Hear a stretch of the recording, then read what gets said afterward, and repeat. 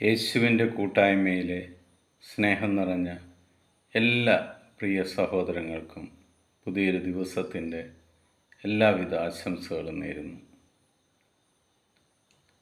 അതിരാവിലെ തന്നെ ദൈവസന്നിധിയിൽ ദൈവത്തോട് ചേർന്ന് നിന്ന് തിരുവചനം കണ്ടുകൊണ്ടും വായിച്ചുകൊണ്ടും കേട്ടുകൊണ്ടും പുതിയൊരു ദിവസം തുടങ്ങുവാൻ സർവശക്തനായ ദൈവം നമ്മളെ അനുവദിച്ചതിന് ദൈവത്തിന് നന്ദി പറയാം.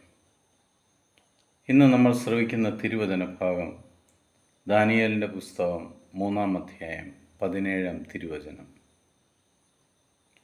ഇന്ന് അങ്ങയുടെ സന്നിധിയിൽ ഞങ്ങളുടെ ബലി ഇങ്ങനെയാണ്: ഞങ്ങൾ പൂർണ്ണ ഹൃദയത്തോടെ അങ്ങയെ അനുഗമിക്കും. എന്തെന്നാൽ അങ്ങയിൽ ആശ്രയിക്കുന്ന ആരും ലജ്ജിക്കേണ്ടി വരികയില്ല.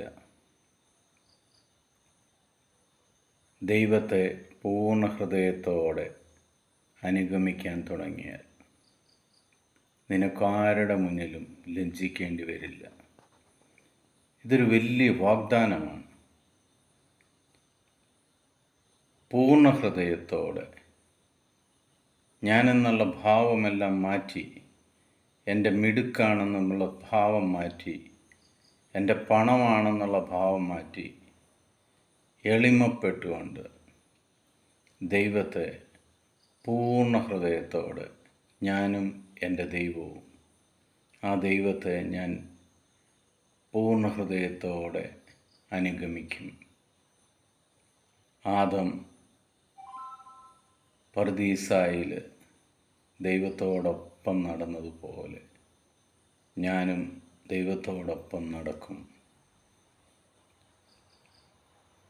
ഞാൻ ദൈവത്തിൽ ആശ്രയിക്കുന്നത് കൊണ്ട് ആരുടെ മുന്നിലും തല കുനിക്കേണ്ടതായിട്ട് വരത്തില്ല. ഈ വിശ്വാസം നമുക്കുണ്ടായിരിക്കണം. പിതാവായ ദൈവത്തിൻ്റെയും പുത്രനായ യേശുക്രിസ്തുവിൻ്റെയും പരിശുദ്ധാത്മാവിൻ്റെയും കൃപയും അനുഗ്രഹവും സമാധാനവും ഇന്നും എപ്പോഴും നിങ്ങളുടെ കൂടെ ഉണ്ടായിരിക്കട്ടെ. ദൈവത്തിൽ ആശ്രയിക്കുന്ന എല്ലാവരും ഒരിക്കലും ലജ്ജിക്കേണ്ടതായിട്ട് വരില്ല. ഈശോ മിശിഹായ്ക്ക് സ്തുതിയായിരിക്കട്ടെ.